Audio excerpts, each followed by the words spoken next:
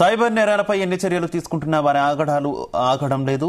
తాజాగా జగిత్యాల జిల్లా మెట్పల్లికి చెందినటువంటి యువకుడు సైబర్ నేరగాళ్ల చేతిలో మోసపోయాడు.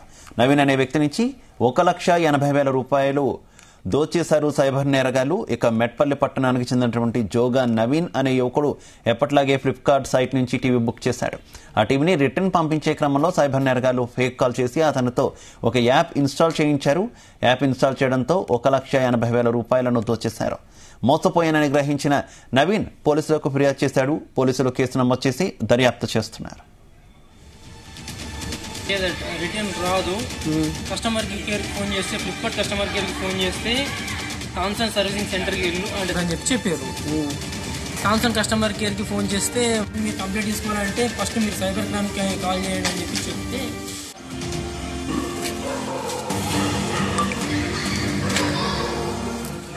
యాక్చువల్గా మా బ్రదర్ గురించి టీవీ ఒకటి బుక్ చేసినాం సార్. అయితే చిన్న ప్రాబ్లం ఉందని చెప్పించి టీవీ రిటర్న్ పెడదామని చెప్పి కస్టమర్ కేర్కి, అంటే ఫ్లిప్కార్ట్ కస్టమర్ కేర్కి కాల్ చేస్తే వాళ్ళు నువ్వు ఏ కంపెనీ టీవీ బుక్ చేసినావు ఆ కంపెనీ యొక్క సర్వీసింగ్ సెంటర్ ఉంటుంది, వాళ్ళకు ఆ నెంబర్ కాల్ చేయి, ఆ నెంబర్ ఇస్తున్నామని చెప్పి వాళ్ళకు నెంబర్ ఇచ్చారు. ఇస్తే ఆ నెంబర్ కాల్ చేస్తే సరిగ్గా రెస్పాన్స్ అవ్వడం లేదు. వాళ్ళకి చేస్తే వీళ్ళు అంటున్నారు, వీళ్ళకి చేస్తే వాళ్ళు అంటున్నారు అని చెప్పించి ఇక మా బ్రదర్ ఏం చేశాడంటే నువ్వు కావు నేను చేస్తా అని చెప్పించి మా బ్రదర్, అయితే యాక్చువల్గా నేను నెంబర్ చెప్పే లోపల మా బ్రదర్ ఏం చేశాడంటే గూగుల్ క్రోమ్ ఓపెన్ చేసి పలానా ఫ్లిప్కార్ట్ కస్టమర్ కేర్ అని చెప్పించి అనేది ఒక రాంగ్ నెంబర్ అనేది రావడం జరిగింది. అతను ఇదే కరెక్ట్ నెంబర్ కావచ్చు అనుకుని అతను కాల్ చేశాడు. అతను కాల్ చేయగానే అతను సేమ్ యాక్చువల్గా ఇప్పుడు సామ్సంగ్ సర్వీసింగ్ సెంటర్ వాళ్ళు ఎలా మాట్లాడతారో అలాగనే మాట్లాడి, మీరు ఏ కంపెనీ నుంచి అంటే ఇట్లా మీ సెల్ ఫోన్లోకి వెళ్ళి బుక్ చేశారా, లేకుంటే మీ ఎవరు వేరే దాంట్లోకి వెళ్ళా అంటే లేదు మా బ్రదర్ దాంట్లోకి వెళ్ళి బుక్ చేశాడని చెప్పాడు. అట్లా అయితే కంప్లీట్ తీసుకోవడం జరగదు సార్. మీ బ్రదర్ దాంట్లోకి వెళ్ళి మీరు బట్టి ఒకసారి మీ బ్రదర్ నెంబర్ చెప్పండి, హాయ్ అనే మెసేజ్ పెడతాను, అందులోకి వెళ్ళి మీరు కంప్లీట్ ఇస్తే మాకు అంటే మేము కూడా కంపెనీకి చూపించుకోవచ్చని బాగుంటుంది అని చెప్పడంతో అతను నా నెంబర్ ఇచ్చి నా ఫోన్ మా బ్రదర్ దగ్గరనే తీసుకొని, అంటే అతను ఏ విధంగా చెప్తే ఆ విధంగా అన్నయ్య చేయడం జరిగింది.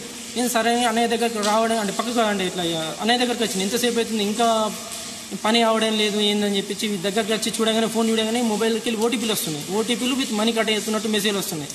అబ్బా మరి ఎట్లా నవీన్ తమ్ముడు అని చెప్పి ఇద్దరం కలిసి సాయంత్రం బ్యాంకుకి వెళ్ళడం జరిగింది. బ్యాంకుకి వెళ్తే ఇట్లా చూపిస్తే మొత్తం బాబు మీ బ్రదర్ మీ దాంట్లోకి వెళ్ళి 1,84,000 రూపాయలు కట్ చేశాడు అతను హ్యాకరు, మీరు ఇమీడియట్గా 1903కి అంటే సైబర్ క్రైమ్ వాళ్ళకి ఫోన్ చేసి వెంటనే ఫస్ట్ ఇది కేసు నమోదు చేయడం జరిగింది అంటే వాళ్ళు చెప్పడం జరిగితే వెంటనే మేము వెంటనే సైబర్ క్రైమ్ వాళ్ళకి ఫోన్ చేసి వాళ్ళకు మాకు వచ్చిన మెసేజ్లు కానీ మాకు ఏ విధంగా మెసేజ్ కట్టినాయో డబ్బులు కట్టినాయో అవన్నీ స్క్రీన్ షాట్ తీసి సైబర్ క్రైమ్ వాళ్ళకు మెసేజ్ పంపడం జరిగింది. వాళ్ళు కూడా కేసు నమోదు చేయడం జరిగింది. యాక్చువల్గా మా బ్రదర్ గురించి టీవీ ఒకటి బుక్ చేసినాం సార్.